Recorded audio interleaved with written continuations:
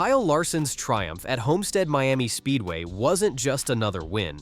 It was a defining moment in his NASCAR career. His victory catapulted him higher on the Hendrick Motorsports all-time wins list, reaffirming his place among NASCAR's greatest drivers.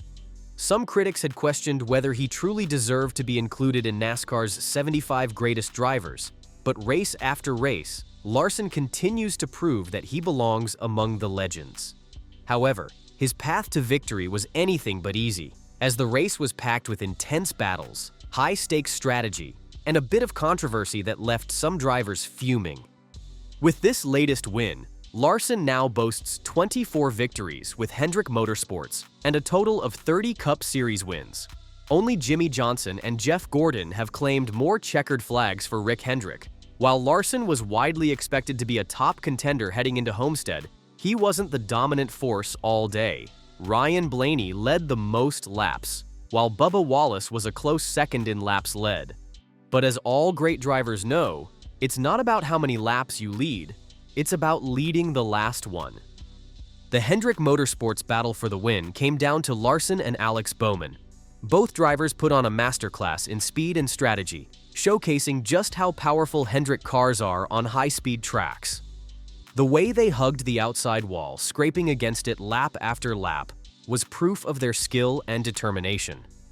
With 33 laps remaining, Bowman took the lead by capitalizing on a mistake from Wallace, who lost momentum at the exit of Turn 2. Wallace and Bowman drag raced down the backstretch, but Bowman had the upper hand and took control of the race. However, Bowman's time at the front was short-lived. Kyle Larson wasn't about to let his teammate cruise to victory without a fight. As the laps wound down, Larson inched closer, studying Bowman's every move. With just 6 laps remaining, Larson made his move. Bowman tried to adjust his line to mirror Larson's high-speed run against the wall, but it backfired. He miscalculated, slammed into the outside wall, and lost precious momentum. That mistake was all Larson needed. He surged past Bowman and never looked back. Larson's car bore the scars of battle, right-side scrapes, dents from pit lane contact, and a visible hole in the left door from an earlier collision with Josh Berry. It was far from pristine, but that's what made the victory even more satisfying. Larson later reflected on the chaotic race, saying, "I gave up a spot and a half, almost 2 spots, by getting into the wall too many times. I knew I wasn't going to get the best restart, and I knew I wasn't great on short runs. I just had to hold off the 11 Hamlin, the 45 Reddick, and the 19 Truex Jr. But then I got in the wall and let them by. I just had to keep digging. I'm proud of myself, proud of the team. It was a gritty, hard-fought win.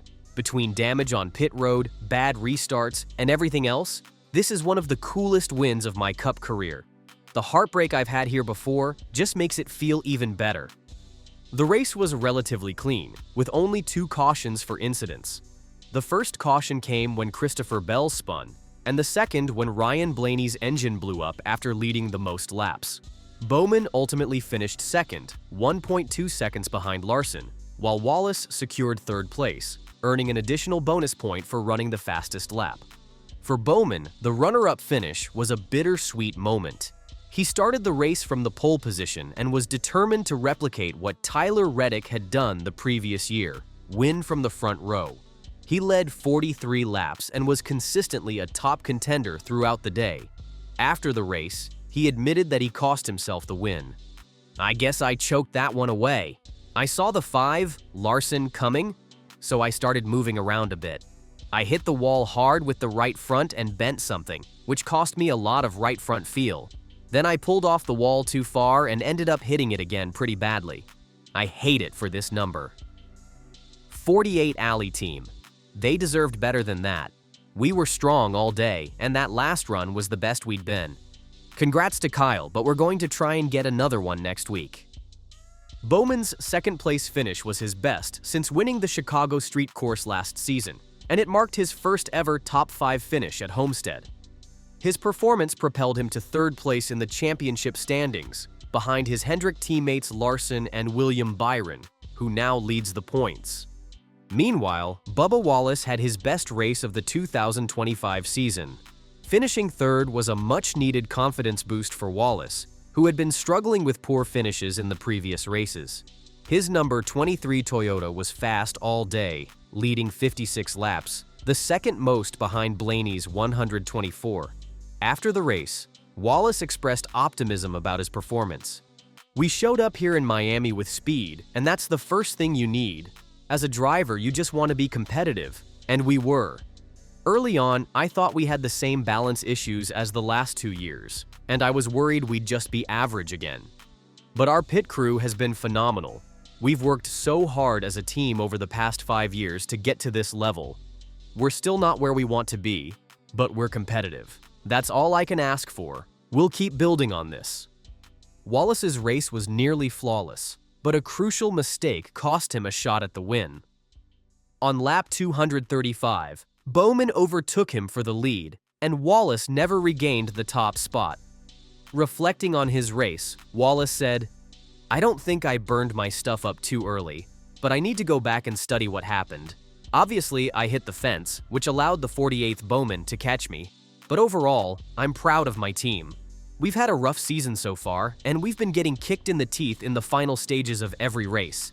Today, we finally closed one out. It feels good." The race wasn't without controversy. Ryan Blaney, who had led the most laps, suffered a devastating end when his engine blew up, knocking him out of contention. However, his frustration wasn't just with his mechanical failure. It was with Chase Elliott. During pit stops after Stage 2, Elliott pulled out of his stall and forced Blaney to swerve to avoid contact. Though both drivers managed to avoid an accident, Blaney was furious. His radio message made it clear, "I get absolutely destroyed by the 9 Elliott." Moments later, Blaney pulled up alongside Elliott on track, likely letting him know how he felt. Elliott was ultimately penalized, not for the Blaney incident, but for not entering pit road in single file. The penalty cost him several positions and effectively ended his chances of a strong finish. After the race, Jeff Gluck of The Athletic shared a snippet of Elliott's radio transmission, where Elliott voiced his frustration. "There was no advantage there. I was just trying to avoid hitting someone. I don't know what I could have done differently." For Elliott, it was a frustrating end to a tough day. For Blaney, it was even worse, as his early exit erased any hopes of redemption after the pit road incident. With all of this drama, what are your thoughts on the race? Was it a clean battle with minimal NASCAR interference, or were there some questionable moments? Drop your thoughts in the comments below, and don't forget to subscribe for more NASCAR updates.